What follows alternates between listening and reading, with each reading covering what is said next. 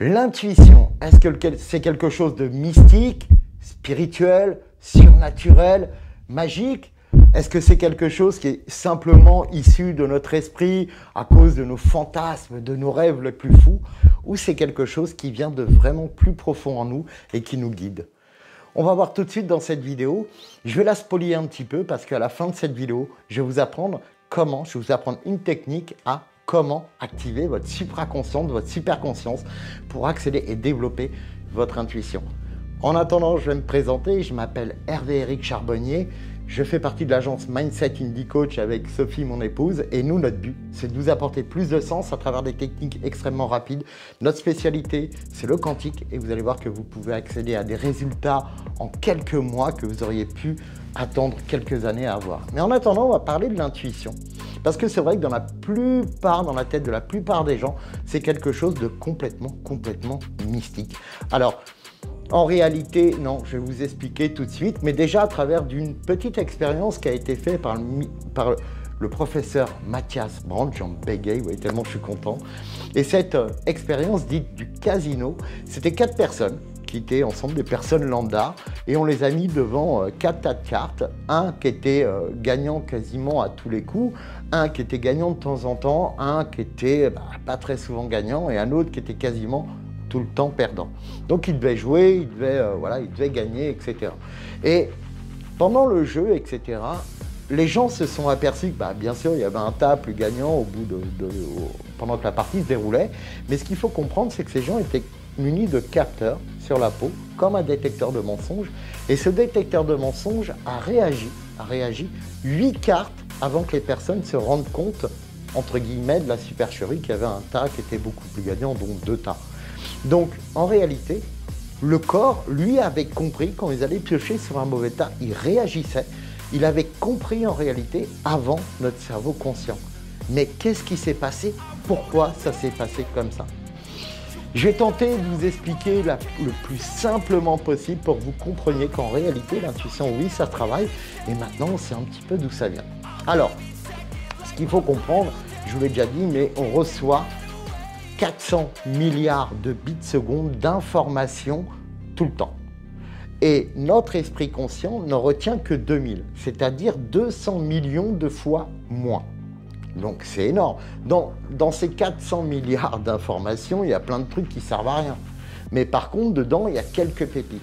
Et ce qui est intéressant, c'est de pouvoir accéder à ces pépites. Parce que quand on a une base d'informations aussi énorme, qui nous concerne spécialement, autant pouvoir y aller si on peut y aller.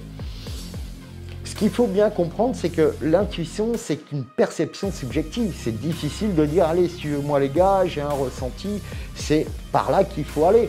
Alors qu'en réalité, c'est pas comme ça, on ne peut pas le prouver, on ne peut pas le sentir, on ne peut pas le goûter, on ne peut pas le voir. C'est quelque chose d'assez spécial quand même, l'intuition. L'intuition, vous pouvez vraiment aller la provoquer parce que ça se situe où l'intuition? Ça se situe au niveau de la glande pinéale. C'est assez particulier la glande pinéale parce que, hormis que quand on fait une coupe transversale de la glande pinéale, on s'aperçoit que c'est le dessin exact du symbole de l'œil d'Horus dans la mythologie égyptienne, donc ça laisse déjà un peu perplexe quand vous savez ce que symbolise l'œil d'Horus. Mais là, ce que c'est que finalement la glande pinéale, c'est quelque chose, bon je ne vais pas vous faire le détail, mais c'est un petit peu les récepteurs radio et les émetteurs radio de notre cerveau. Donc c'est un petit peu particulier. Et les yogistes le savent, ils savent activer ça qu'on appelle le Kundalini. C'est la technique des bandas, des respirations bandas, du bandas. Je vous conseille d'ailleurs d'aller voir sur internet, il y a tout. Donc en réalité, c'est des techniques de respiration assez simples qui vous disent d'inspirer tout en contractant son ventre, etc., de retenir sa respiration et puis de relâcher doucement, de faire ça plusieurs fois. Qu'est-ce que ça provoque en réalité? Là, les yogistes le faisaient depuis des millénaires sans savoir scientifiquement ce que ça provoquait. En réalité, ça sert à bouger votre liquide cérébrospinal, c'est-à-dire c'est le liquide qui protège non seulement votre cerveau, vous savez, pour pas qu'il se cogne contre le crâne, et aussi votre moelle épinière, le nerf central. Donc, qu'est-ce que ça fait? Notre cycle du liquide cérébrospinal, pardon, qui monte et qui descend, hein, c'est normal, c'est à peu près 2 fois par jour. Le fait de mettre en place ces exercices de bandage fait qu'on provoque cette, finalement, oxygénation du cerveau. Et qu'est-ce que ça fait, cette, entre guillemets, oxygénation, puisque ce n'est pas en gros tout ça, mais ça en fait partie.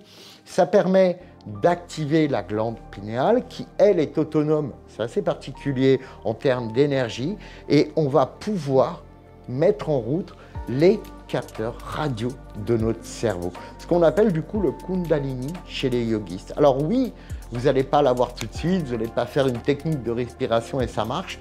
Parce que ce qu'il faut comprendre, l'intuition, quand on a fait des recherches, que ça soit au niveau de la voyance, etc., il y a plusieurs facteurs qui rentrent en ligne de compte, dont ce que je viens de vous dire, le fait de provoquer ces mouvements du liquide cérébrospinal et d'aller activer la glande pinéale, mais surtout, ça permet aussi, il faut que vous soyez en onde alpha, c'est-à-dire proche de la méditation. Donc le fait de se concentrer sur cette respiration va vous faire accéder à cette onde alpha qui va vous provoquer et vous faire accéder à cette intuition.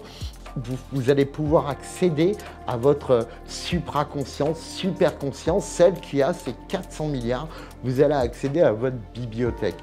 Et comme votre conscient et votre inconscient sont quand même pas bêtes, parce que moi je trouve que l'intuition, c'est le langage de votre subconscient vers votre conscient, comme les émotions sont le langage de votre cerveau directement pour vous.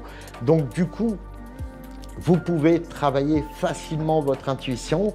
Moi, je vous conseille de le faire quotidiennement, ces exercices de respiration, finalement de rentrer en méditation en faisant ces exercices de respiration. Qu'est-ce que ça va vous permettre dans la vie? Ça va vous permettre déjà d'avoir des choses qui vous viennent. Après, vous pouvez tester, vous n'êtes pas obligé de tester sur des grandes choses.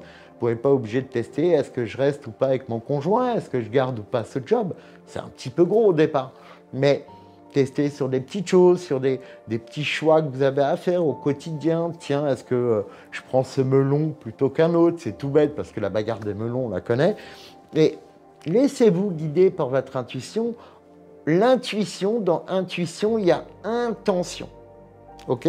Donc, mettez l'intention de ce que vous voulez et laissez-vous guider par des petits exercices. Si quotidiennement, vous allez essayer d'aller être en contact avec votre supraconscience, vous allez donner un signal fort à votre conscient qu'en réalité, il va falloir un petit peu faire plus attention à ce que vous voulez en accédant à votre supraconscience. Alors, beaucoup vont dire qu'il y a beaucoup d'informations dans cette vidéo, mais retenez simplement que oui, l'intuition, ça se travaille effectivement. Comme tout ce que je vous dis, ça nécessite de mettre des choses en place. Il y a tout un tas de techniques pour accéder à votre intuition. Nous, on passe par là parce que c'est complètement corrélé quantique-intuition. On est obligé, quand on fait du quantique, finalement, d'aller dans cette direction. Parce que tout est lié. On pense que toujours notre destin, il est comme ça. Non, il est écrit notre destin quelque part. Il y a une vraie direction à notre destin. Sinon, on ne serait pas né où on est, etc. On n'aurait pas la vie qu'on a. Et le karma, maintenant, ça devient de plus en plus prouvé. Mais vraiment, et cette vidéo, elle n'est pas pour parler du karma, mais vraiment, de notre naissance à maintenant, avec nos expériences, on a vraiment une direction à suivre. Notre intuition est là pour nous guider vers la meilleure expérience possible pour vraiment ce qu'on veut. Donc, si vous êtes précis dans ce que vous voulez, votre intuition vous guidera avec précision. Donc les amis, plus vous êtes précis dans votre intention, plus vous allez aussi provoquer, parce que, regardez, on parlait d'apprendre à marcher. On s'est cassé 500 fois la gueule avant d'apprendre à marcher. Imaginez, on serait arrêté au bout de 3 fois. Donc non, ça ne marche pas comme ça. Et le pire, c'est la main. Vous savez, quand vous avez des bébés, moi j'ai eu 4 enfants, donc je sais ce que c'est. Donc un petit peu, on dirait qu'ils sont un peu bébêtes, ils n'arrivent pas à attraper les choses. Mais se servir d'une main, l'ergonomie d'une main. Maintenant, on fait les choses avec sans même s'en rendre compte. Mais un bébé, lui, il ne sait pas ce que c'est que ces machins-là. Donc, il doit apprendre à s'en servir. Donc, au début, c'est un peu le bazar. Donc, vous, dans tout ce que vous allez mettre en place, c'est compliqué, c'est difficile au départ. Et après, vous allez le faire et accéder à votre intuition complètement naturellement et complètement à la demande. Si ce genre de vidéo vous plaît, n'hésitez pas à mettre des likes, des pouces, des commentaires, parce que c'est ce qui me permet, moi, de me faire plaisir et de vous apporter. En plus, je vous apporte toujours de la valeur en fonction des commentaires que j'ai, à travers les interactions que j'ai en privé ou sous les vidéos. Donc, n'hésitez pas, ça m'apporte à moi de quoi vous donner plein de valeur. Prenez soin de vous, big up à Magali Monoï qui a fait le direct avec moi et nous a très bien parlé, elle, de comment aussi accéder du coup à l'intuition. J'espère que ça vous a aidé, prenez soin de vous et n'oubliez pas, apprenez à connaître votre cerveau. Sinon, quelqu'un apprendra à le connaître mieux que vous et ça ne sera jamais pour votre bien les loulous.